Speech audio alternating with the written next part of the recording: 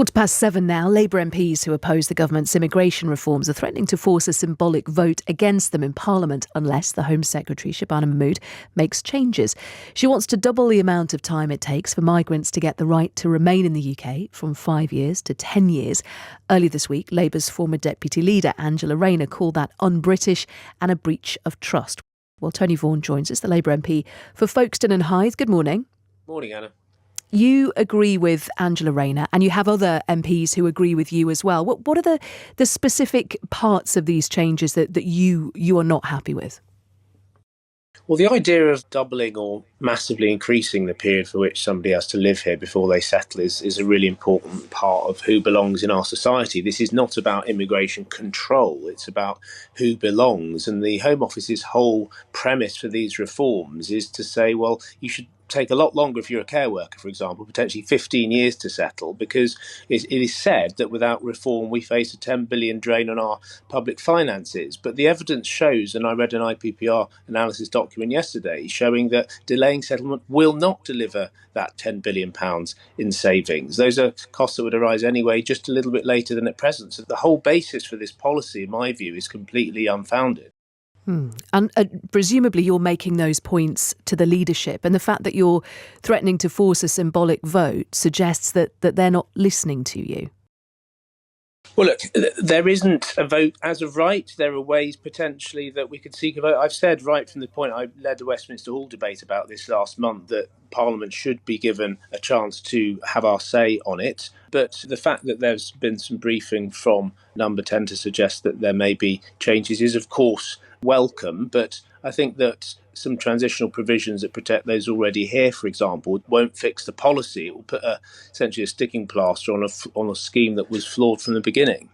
But the fact that we're having this conversation about it and the fact that you sort of brought it into the public domain suggests that you're not getting back the ear from them that you would want.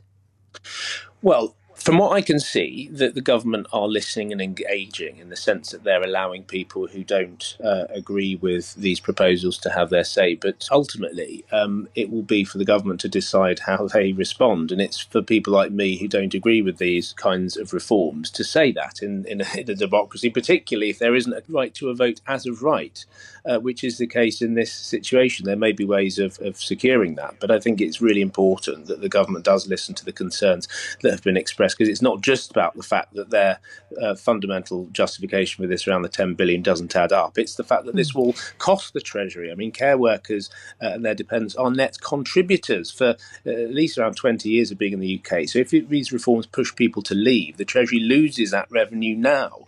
And so if you just deter around 10 to 20% even of skilled migration, we lose billions to the Exchequer. So, and then there's a whole child poverty angle. I mean, there's... Yeah, I mean, I just wanted to ask you, I mean, the government might well say and have said in the past that if they are to see off the challenge from parties like the Conservatives, parties like Reform, there is, for many people in this country, there is a real concern about migration, about the numbers, about the cost. And Labour will say if we don't tap into that, if we don't see that concern, then we will lose ground to other parties. And I agree with that. But this policy is not about cutting in immigration. The government doesn't claim that it is about cutting immigration. It's about who belongs in our society. Now, that fundamental question, the answer that we have to that question as Labour politicians tells a story about who we are as a Labour Party. And if we're telling the wrong story, a story about fear of hardship, of devaluing contributions of migrant workers, for example, then that is the wrong story. And we've got to get that right as politicians. But I do not accept that this earned settlement policy is necessary to control immigration. It's not about who comes in or out. It's about who belongs. And in any event, there's a whole load of questions about what our economy needs to staff our care homes. Care and health and social care in my constituency is one of the biggest sectors. There are a whole load of other sectors of the economy that need workers. And if people can get settlement in 5 years, as they can in the major EU economies, as they can in Canada and Australia, why would they come here? And that's not going to help the British public. Tony Vaughan, thank you for joining us, the Labour MP for Folkestone and Hythe.